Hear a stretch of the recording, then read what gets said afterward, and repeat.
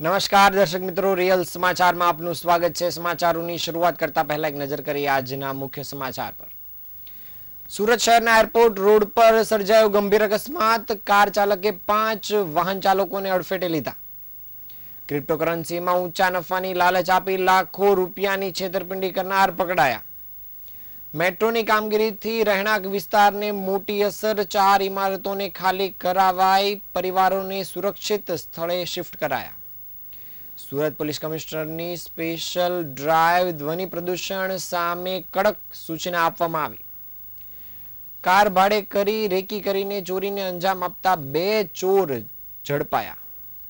સુરતના આંગણે સમસ્ત વાટલિયા પ્રજાપતિ પરિવાર દ્વારા 68માં સમૂહ લગ્નનું આયોજન કરાયું। સમાચાર વિગતે જોઈએ। ડાયમંડ સિટી સુરતમાં નબીરાઓની બેદરકારી અને તેજ રફતારનો કહેર યથાવત છે। શહેરના પોશ ગણાતા મગદલ્લા ડુમ્મસ વિસ્તારમાં આવેલા એરપોર્ટ રોડ પર અવધ ઉથોપિયા નજીક ગત મોડી રાત્રે ગંભીર અકસ્માત સર્જાયો હતો। માલે તુજાર પરિવારના યુવક એવા વિરલ દેસાઈએ પોતાની પૂરપાટ ઝડપે જતી લક્ઝરી કાર પરથી કાબુ ગુમાવતા રસ્તા પર ઉભેલા વાહન ચાલકોના ફૂરચા ઉડી ગયા હતા। આ સાથે 3 કાર અને 2 મોપેડને ટક્કર મારતા 3 જેટલા લોકો ઈજાગ્રસ્ત થયા હતા। મોડી રાત્રે મહિન્દ્રા BE6 ના ચાલકે રોડને જાણે રેસિંગ ટ્રેક સમજી લીધો હોય તે રીતના પૂર ઝડપે કાર ચલાવી હતી। પ્રત્યક્ષદર્શીઓના જણાવ્યા અનુસાર કારની ઝડપ એટલી પ્રચંડ હતી કે ચાલકે સ્ટીયરિંગ પરથી કાબુ ગુમાવ્યો હતો।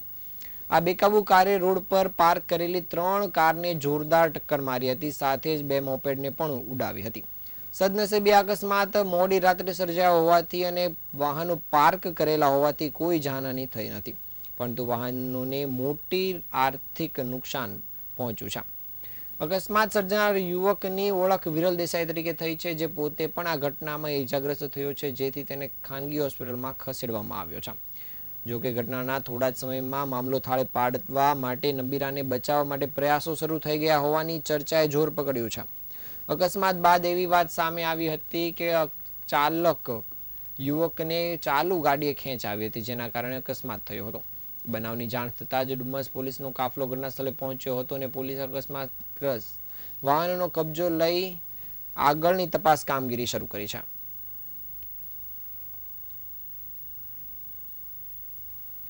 ક્રિપ્ટોકરન્સીમાં રોકાણ કરવાથી ઊંચા અને ઝડપી નફો મળશે તેવી લોભામણી વાતો કરી એક યુવક સાથે 12 લાખ રૂપિયાની છેતરપિંડી કરવામાં આવી હતી, જેમાં સંડોવાયેલા 3 આરોપીઓને પોલીસે જામનગર ખાતેથી ઝડપી પાડવામાં સફળતા મેળવી છે। અગાઉ આ કેસમાં મુખ્ય આરોપીને ગોવાથી જામનગર જતી ટ્રેનમાંથી પકડી પાડવામાં આવ્યો હતો।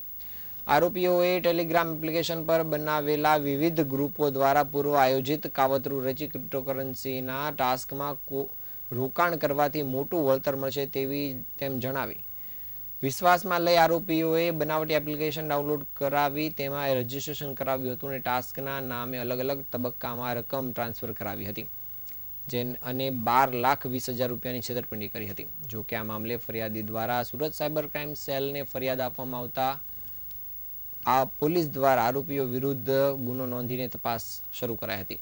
પોલીસ દ્વારા ગુનાની ગંભીરતા જોતા જ અલગ અલગ ટીમ રચી આરોપીઓની શોધખોળ શરૂ કરાઈ હતી અને તપાસ દરમિયાન અગાઉ પકડાયેલા આરોપી તેજસ સંઘવીની પૂછપરછમાં અન્ય આરોપીઓની સંડોવણી બહાર આવી હતી, જેના આધારે પોલીસ જામનગર પહોંચી હતી અને 3 આરોપીઓને ઝડપી પાડ્યા હતા।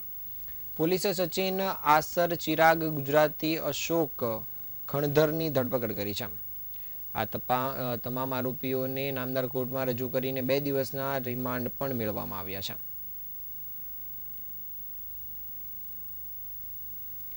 સુરત શહેરમાં સામૂહિક પરિવહનના ભાગરૂપે મેટ્રો રેલ પ્રોજેક્ટ નાખવાની કામગીરી છેલ્લા કેટલાક સમયથી ચાલી રહી છે, ત્યારે આ અંતર્ગત ચોકબજાર વિસ્તારમાં 4 બિલ્ડિંગની નીચેથી મેટ્રો ટનલ કાઢવા માટે કેટલાક ફ્લેટ ખાલી કરવામાં આવ્યા છે।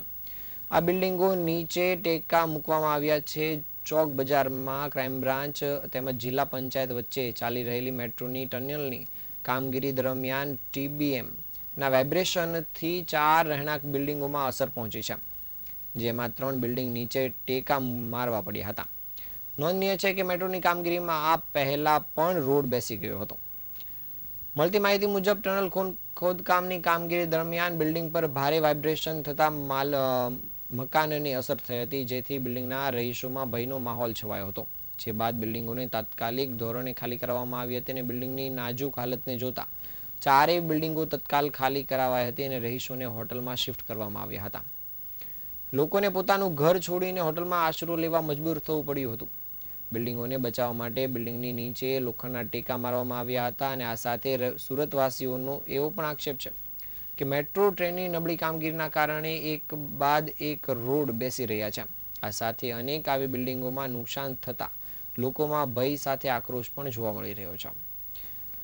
નોંધનીય છે કે થોડા સમય પહેલા જ સુરત શહેરના ઇતિહાસમાં મેટ્રો પ્રોજેક્ટે એક નવો માઇલસ્ટોન હાંસલ કર્યો હતો અને કોરિડોર 2 પર 258 ફૂટ લાંબો અને 810 ફૂટ વજનનો વિશાળ સ્પાન મૂકવાની અનોખી પ્રક્રિયા શરૂ કરવામાં આવી છે. ગુજરાતના મેટ્રો પ્રોજેક્ટમાં પ્રથમ વખત હતું કે આટલો ભારે અને લાંબો સ્પાન સ્થાપિત કરવામાં આવી રહ્યો છે. સારોલી નાળા અને રઘુકુળ માર્કેટ પાસે આ સ્પાનનું એસેમ્બલિંગ કામ છેલ્લા 6 મહિનાથી ચાલી રહ્યું છે. હવે તેને પુશિંગ પદ્ધતિ દ્વારા પિલર પર મૂકવામાં આવશે. આ સાથે 24 ખાસ જેક મશીનો અને હિલમેન રોલરનો ઉપયોગ થઈ રહ્યો છે.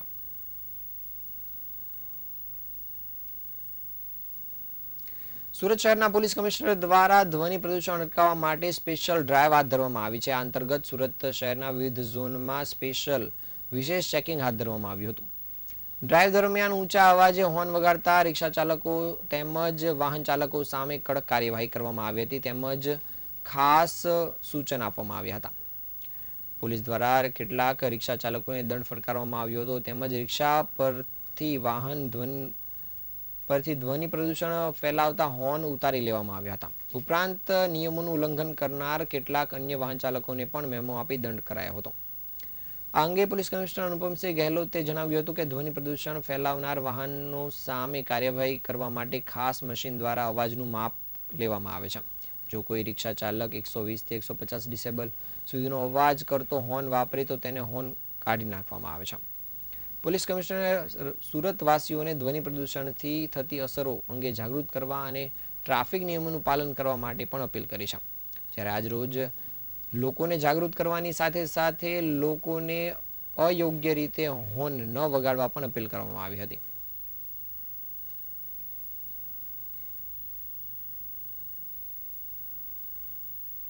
સુરત શહેરના અડાજણ વિસ્તારમાં થયેલી ઘરફોડ ચોરીની ઘટનાનો ભેદ ઉકેલવા સુરત ક્રાઇમ બ્રાન્ચને મોટી સફળતા મળી છે. ટેકનોલોજીનો દુરુપયોગ કરી પોલીસને થાપ આપતી મહારાષ્ટ્રની ખતરનાક ગેંગના 2 સાગરીતોને પોલીસે ઝડપી પાડવામાં સફળતા મળી છે. પકડાયેલા આરોપીઓ પાસેથી રોકડ અને કિંમતી ઘડિયાળો સહિત લાખોનો મુદ્દામાલ જપ્ત કરવામાં આવ્યો છે. ઉલ્લેખનીય છે કે આરોપીઓ અગાઉ જેલમાં એકબીજાના સંપર્કમાં આવ્યા હતા અને ત્યાંથી જ આ ટોળકી બનાવી હતી. આ ગેંગની સૌથી ચોંકાવનારી બાબત તેમની કામ કરવાની પદ્ધતિ છે. ધરપકડ અને ટ્રેકિંગથી બચવા માટે આરોપીઓ સામાન્ય કોલિંગને બદલે એક મોબાઈલ એપ્લિકેશન અને વર્ચ્યુઅલ મોબાઈલ નંબરનો ઉપયોગ કરતા હતા. આ ઉપરાંત ચોરી કર્યા બાદ પુરાવા નાશ કરવા માટે તેઓ મકાનમાં લાગેલા સીસીટીવી કેમેરાનું ડીવીઆર પણ સાથે ચોરી જતા હતા જેથી તેમની ઓળખ ન થઈ શકે. તપાસમાં ખુલાસો થયો છે કે આ ગેંગ ગુજરાતમાં ગુના આચરવા માટે ખાસ ગુજરાત પાસિંગની સેકન્ડ હેન્ડ 4-વ્હીલ ગાડી ખરીદતી હતી જેથી સ્થાનિક સ્તરે કોઈને શંકા ન જાય. તેઓ દિવસ દરમિયાન બંધ મકાનોની રેકી કરતા અને રાત્રે દરમિયાન ચોરીને અંજામ આપતા હતા. તાજેતરમાં જ તેમણે સુરતના અડાજણ વિસ્તારમાં 2 મોટી ઘરફોડ ચોરી કરી હતી જેનો ભેદ ઉકેલાયો છે. હાલ પોલીસે આ બંને આરોપીની ધરપકડ કરવાની સાથોસાથ તેમની પાસે રહેલ ઘડિયાળોનો જથ્થો તેમજ રોકડ મળીને 4 લાખનો મુદ્દામાલ જપ્ત કર્યો છે. હાલમાં સુરત પોલીસ દ્વારા આ ટોળકીના અન્ય સભ્યો તેમજ તેમણે રાજ્યમાં અન્ય કઈ જગ્યાએ ચોરી કરી છે તે બાબતે સઘન પૂછપરછ શરૂ કરી છે. સુરતમાં ગત રોજ 1 ફેબ્રુઆરીએ વાટલિયા પ્રજાપતિ સમાજનો 68મો સમૂહ લગ્ન સમારોહ યોજાયો હતો. આ લગ્ન સમારોહમાં હાજર રહેલા કતારગામના ધારાસભ્ય વિનુ મોરડિયાએ મંચ પરથી દીકરીઓની સુરક્ષા અંગે અત્યંત કડક શબ્દોમાં બાંહેધરી આપી હતી. તેમણે જણાવ્યું હતું કે કોઈ પણ સમાજની દીકરી હોય તેમની સુરક્ષાની જવાબદારી તેમની રહેશે. સાથે ગમે તેટલી વગ ધરાવતો માણસ કેમ ન હોય તેને 24 કલાકમાં ઝેર કરવાની જવાબદારી તેમણે લીધી હતી. અસામાજિક તત્વને વગર એફઆઈઆરે શિક્ષા કરવામાં આવશે તેવું પણ તેમણે જણાવ્યું હતું. દીકરી એક એટલે વાત્સલ્યનું ઝરણું. આ સૂત્રને સાર્થક કરતા સુરતમાં સમસ્ત વાટલિયા પ્રજાપતિ સમાજ દ્વારા 68મા સમૂહ લગ્નોત્સવનું ભવ્ય આયોજન કરવામાં આવ્યું હતું. આ પ્રસંગ માત્ર નવદંપતિના મંગલ પ્રવેશ માટે જ નહીં, પરંતુ સમાજમાં વ્યાપેલા આર્થિક બોજ સમાન કુરિવાજોને દૂર કરવા માટે લેવાયેલા ક્રાંતિકારી નિર્ણયોને માટે પણ ચર્ચાનું કેન્દ્ર બન્યો હતો. સમાજને આર્થિક રીતે સદ્ધર કરવા માટે કુરિવાજોનો બહિષ્કાર, વધતી જતી મોંઘવારી તેમજ લગ્નના નામે થતા બિનજરૂરી ખર્ચ સામે લાલના કરતા વાટલિયા પ્રજાપતિ સમાજે એક નવી પહેલ કરી હતી. વાટલિયા પ્રજાપતિ સમાજ જ્ઞાતિના પ્રમુખ એવા કલ્પેશ વરિયાએ જણાવ્યું હતું કે લગ્નોમાં થતા ભપકા અને દેખાડાને કારણે દીકરી કે દીકરાના પિતાને વ્યાજે પૈસા લેવા પડે છે, જે સ્થિતિ રોકવી અનિવાર્ય છે. આ માટે પ્રી વેડિંગ ફોટોશૂટ, વાના રસમ, મહેંદી રસમ અને ફૂલો કી હોલી જેવી ખર્ચાળ વિધિઓનો સંપૂર્ણ બહિષ્કાર કરવામાં આવ્યો છે. સમાજના બંધારણમાં ફેરફાર કરી આ કામ વગરની રસમો દૂર કરવાનો નિર્ણય લેવાયો છે, જેથી મધ્યમ વર્ગના પરિવારો આર્થિક રીતે તૂટતા બચે છે.